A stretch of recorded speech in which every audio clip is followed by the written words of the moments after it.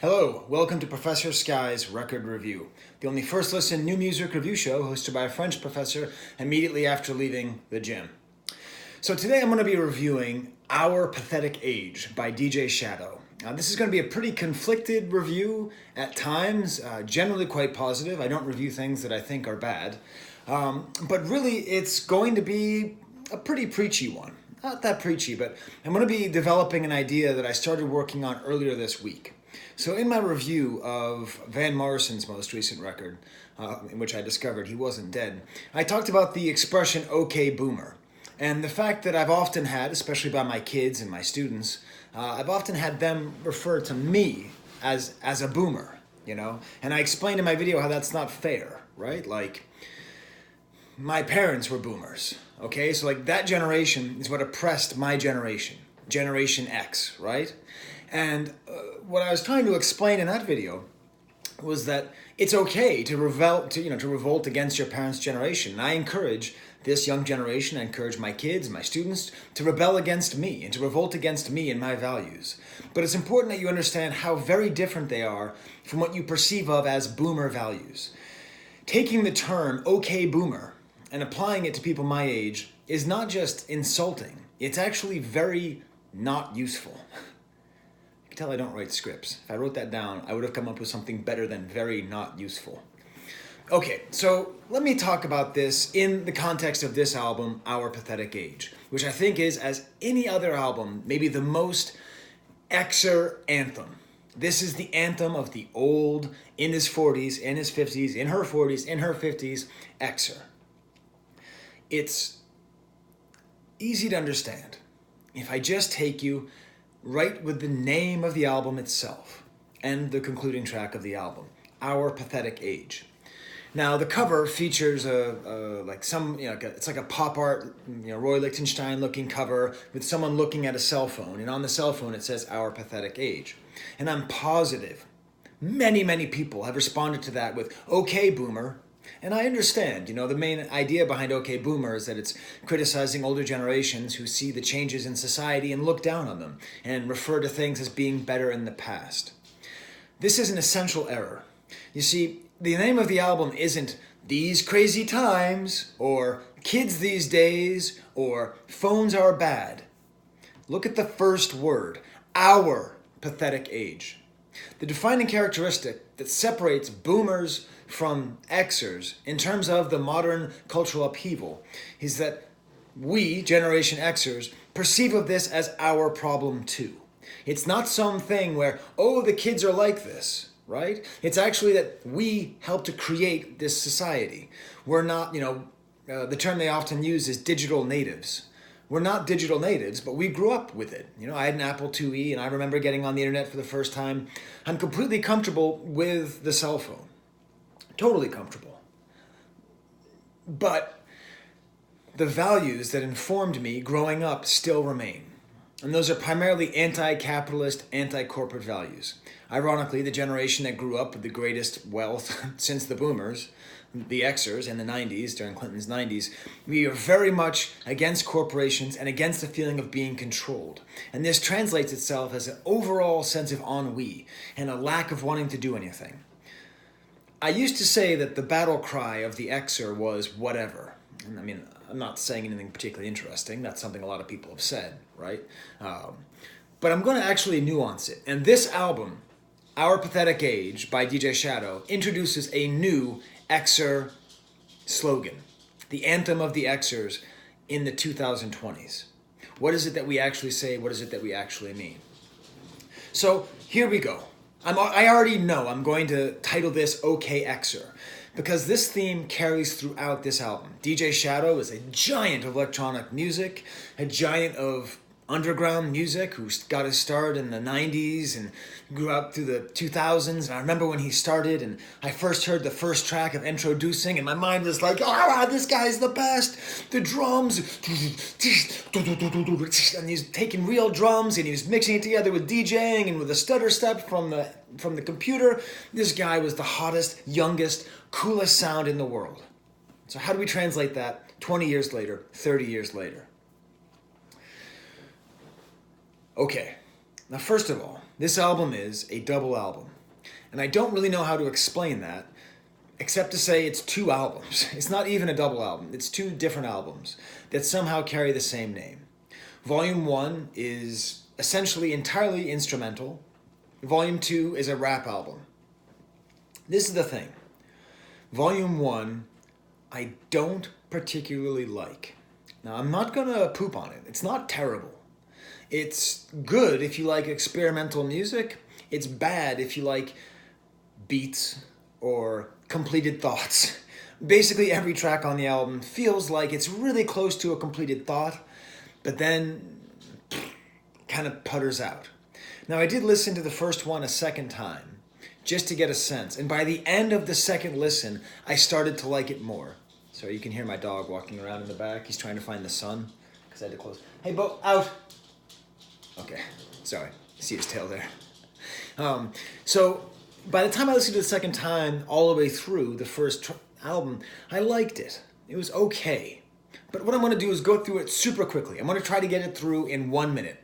Okay, so it's going to start at 6:15 and end by 7:15. And okay, starts off kind of sleepy, but sort of cohesive. It breaks down as it goes. The first track is a good example where it's like never quite forms. Nature always wins, which then leads into an interesting kind of boom-bish song called Sling Blade. Lots of space, small piano bits, grandiose chorus. None of the cliches of electronic dance music, fourth notes, eighth notes, 16th notes.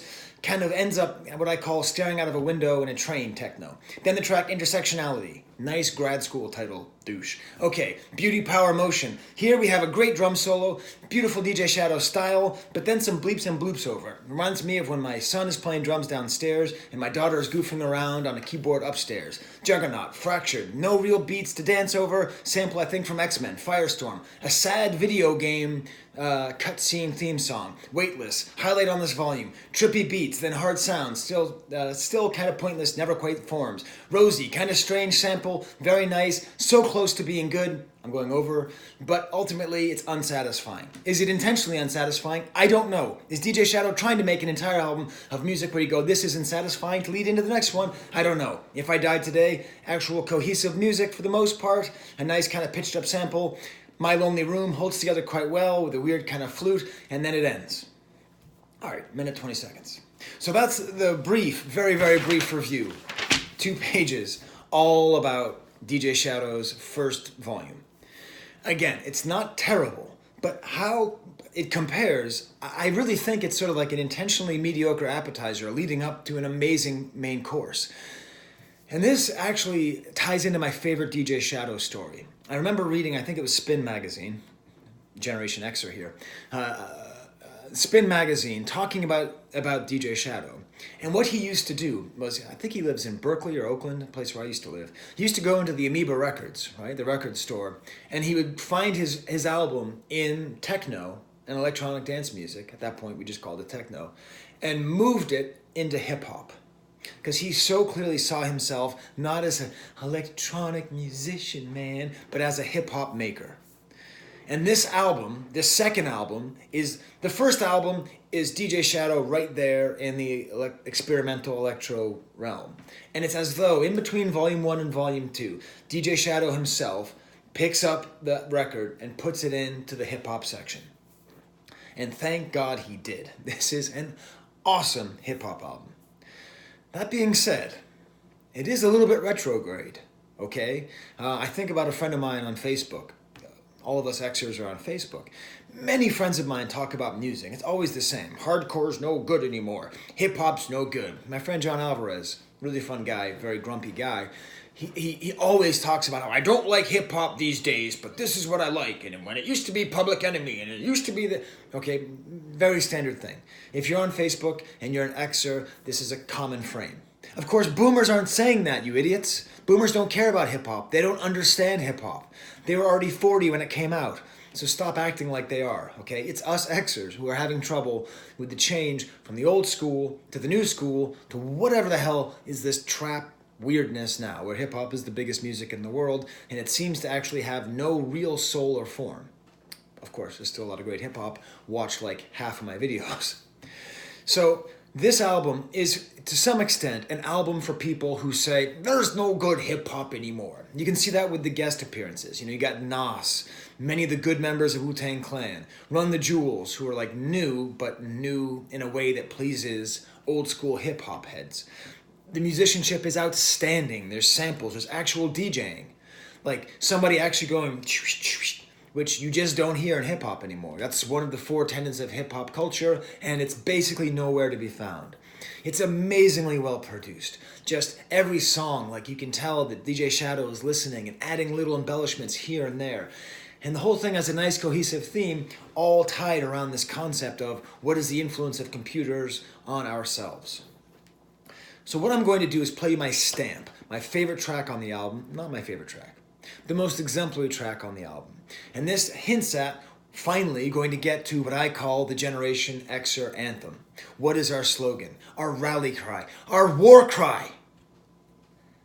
Okay, so if you're younger and you want to know what is our war cry, you watch. And if you're our generation, you watch. So there's these two tracks right in the middle of the second volume. One is called I Am Not a Robot. It's just kind of an instrumental interlude, and it's called an interlude. And to this point, I don't say okay boomer, and I don't say okay Xer. I say okay computer. This very much hints at the fact that Tom York's style of songwriting, especially okay computer on, is definitive for our generation of music makers. Taking something like I Am Not a Robot, which is when you have the CAPTCHA images, you have to click and you have to type in something, you have to prove to a computer that you're not a robot. Tom York's greatest skill as a lyricist is taking something that we see every day in a familiar context, taking it out of that familiar context and putting it in the frame of art, in the frame of music. What does this say about ourselves that many times a month we have to say, I am not a computer. Click. So, this kind of Tom Yorkian discontent with the modern age while using computers to make music, this complexity is so much of what this album is about. And then there's the next track, Urgent, Important, Please Read. Another decontextualized sentence that you hear all the time on emails marked urgent. It starts off with this very preachy, interesting thing, talking about planned behavior. And it's this great rumbling bass keyboard. I'm going to play it for you in a second. Wonderful drums. So much of the rapping is about the desire to control things while also paying money to give up control, to give in to an algorithm. Shadow's production is outstanding. At times he drops out, beats at key moments. And all these kind of ideas lead into the very ending. I'm not going to play you the very ending. I'm just going to play you a little section of this guy rapping. I don't even know the name of this guest rapper. It's no one particularly famous, at least not that I know. He's probably some underground god guy. It's either Rockwell Knuckles or Tef P. I don't know. So here's a little bit of it, just to give you a sense of how solid this rap music is. I often think about rap music, I'll play it for my brother, who's got an open mind, but he definitely likes old school hip hop, and he is just going to love this album. Okay. And to pay attention to the political commentary on technology in the lyrics.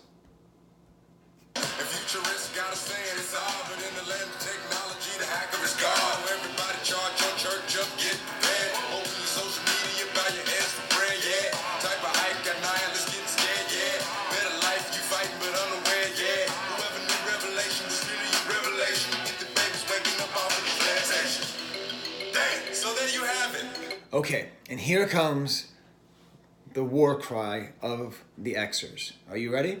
He's just established this whole thing about how out of control we are, how we give control to computers, how we're losing the fight with the machines.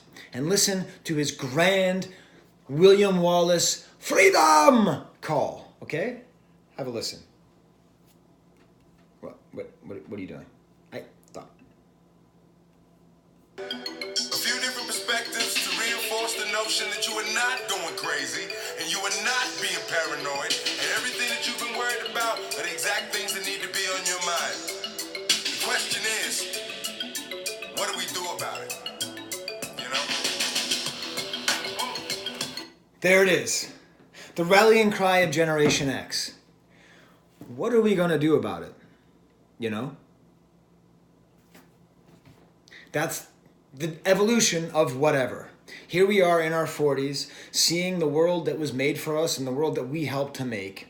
In the same way, when we were in our 20s and in our teens, listening to Nirvana and wearing flannel shirts and all that BS, we were saying, whatever, man, who cares, man, whatever, I'll drink okay soda, whatever, man. Ultimately, we're sitting here saying that it's correct that we're scared and that we're paranoid, but what are you going to do about it? What are we going to do about it? Our pathetic age. We are completely complicit in our own oppression here. And we are sclerosized. That's a word they say in French, sclérosé. We are unable to move, just completely stuck right here. And it's not just that he says, what do we do about it? It's the way he ends it with, you know? Because he's not saying, do you know? He's not saying, what do we do about it? Act! He doesn't say, what do we do about it? Pinterest, right? He doesn't, whatever it is that a millennial would say, or a Zoomer, or whatever. And he doesn't say what a boomer might say. What do you do about it? Despair, because global warming is going to destroy everything. Goodbye. Okay? It's like, you know, what, there's no answers. What do you do about it? Nothing, I guess. The young generation would tell you to reject capitalism, which is probably a good idea. I mean, that's probably the only thing that we could do that would affect any kind of change here. I'm not trying to suck up to my bread tube audience. I don't really have one. I posted there and I got no response. Anyways, I love capitalism too. Point is, that's the summary of this whole album. What are we going to do? You know. Now, that being said, after all that, there's so much good hip-hop on this record. Starts off with a track called Drone Warfare. Great drums, strong beats, all about drones, another great kind of Generation X or Fear. It's got Nas, who's very strong. Although I will say one message to Nas, we know that you've been around for a long time. We know that you survived. You don't have to keep telling us how old school you are, okay? Like we just know, okay? We know. Illmatic, 1994, still here, super influential. We got it. Can you please rap about something else now? Thank you. Signed, your fans. And then followed up by Rain on Snow, a very intriguing sample, like an old song about raining on snow. Inspector Deck is on it, and he's as solid as he ever is. Like, we take Inspector Deck for granted because every time he does a verse, it's the same quality. It's like a 7. Like, he's at a permanent 7. He's never at a 5, he's never at a 10, but he's always at a 7. And that's something pretty amazing. It closes out with a Raekwon verse, Raekwon the Chef, which I was telling my wife, I sort of wanted to name my son Raekwon when he was born, but the whole crack thing, not a good sign. But really it's the Ghostface verse on here, and I'm just going to put it forth.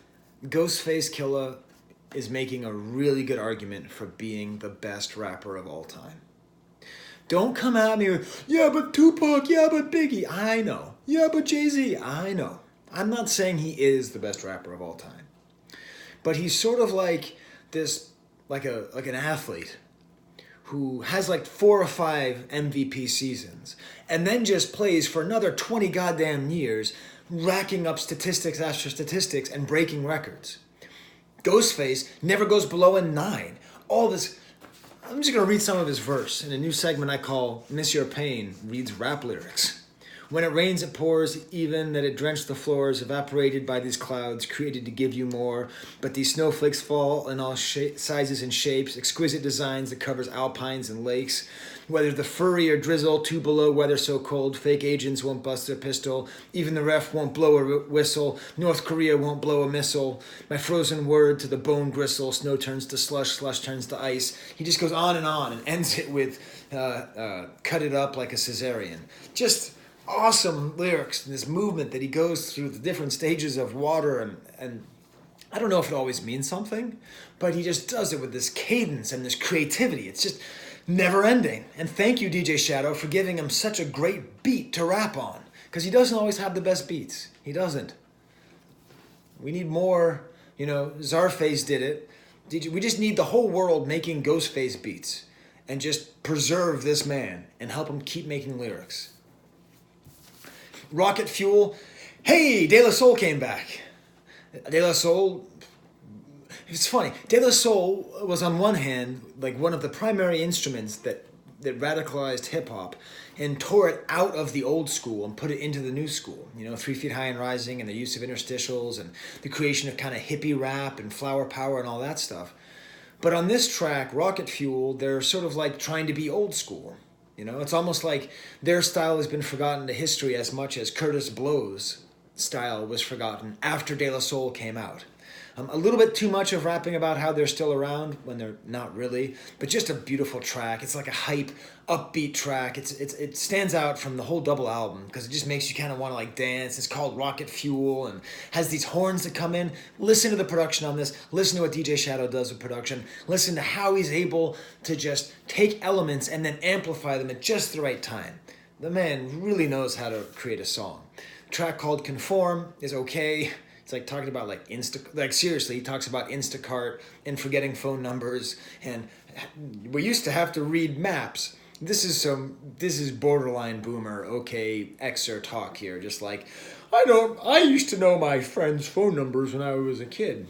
It's true, 484-9010, that was Keith's phone number. Don't call him, he doesn't live there anymore. But just a comically paranoid set of lyrics that is developed throughout and was really perfected by that song I already played for you. A couple tracks that are not quite as good. Small Colleges, Stay With Me. A nice sample at least. JoJo World. Very interesting dark tale of someone growing up in the projects, trying not to fall into the cycle of poverty, violence, and prison that his father did. It's really nice because it has like this really intentionally broke down beat. Like the beat doesn't quite fully form. Even the keyboards don't quite work out okay. He makes a good place reference, talking about having Janet in his head, which is 5 points for a Janet reference. And this actually, at this point, this reminded me a lot of maybe my favorite rap album of last year, not made by Kanye, the Swizz Beatz album, where it's interesting just to have a producer just ruling everything and allowing a lot of people a lot of space to make a lot of different points.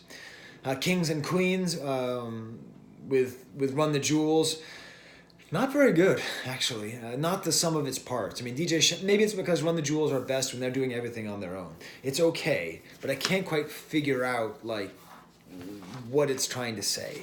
Although Killer Mike's verse is really kind of fun and interesting. I think I have to listen to it a couple more times. The track Taxin is strong but kind of forgettable, which is maybe the worst thing you can say about this insanely strong second disc. Dark Side of the Heart is a tale of addiction, kind of nice minor key. It's blown a little bit with the overly singy chorus. And then we had that whole duo of songs I just talked to you about that leads into the last track of the album, Our Pathetic Age. If you're playing Professor Skye Bingo, at some point I'm going to always tell you how Daft Punk's Random Access Memory has determined the direction of all electronic music that followed it. Proof. Our Pathetic Age, the title track to the whole double album, sounds like an excellent take on what Daft Punk was doing. A real band with people singing and disco beats and guitars in the background. It's just excellent. Depressing, wonderful, disco, solid production. Which then leads us to these bonus tracks, which are better than most of the tracks on the rest of the album. I don't know what the hell this guy's doing. Why did he release that? Okay, I'm going to talk about why he released that first track. First, we have Ben Yusta, which is Pusha-T, or Pusha-t, as I like to call him. Pusha-T, and he's just delivering this verse that, again, is very much OK Xer. It's on the same beat as Conform, but he makes all these references that it's very clear that what he's rapping about is that he's 45, but he's still pretty cool. Here's some other old people who are still pretty cool, which I feel a lot, being the same age as Kanye, Gerard Way, and Tom Brady. So I'll just kind of like do a little bit of his verse, because he may be the best rapper acting now, too. I mean, he's just so strong. Very creative, interesting. And now that he seems to not only rap about crack, he's becoming a lot more interesting. Sing a lullaby to you stands like I'm Dido. It's proven suicidal when you turn your idols into rivals. My brother turned a brick into a Bible.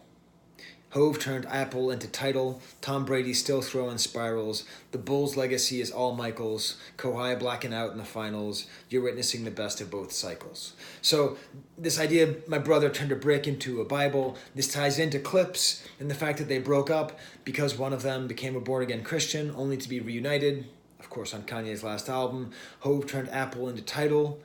You know, like, I listen to Tidal, that's my music service, you know. Tom Brady's still throwing spirals. So in a way, this is not so much like, oh, look at our fractured age. Think about the way civilization is. It's more like old people can still do things.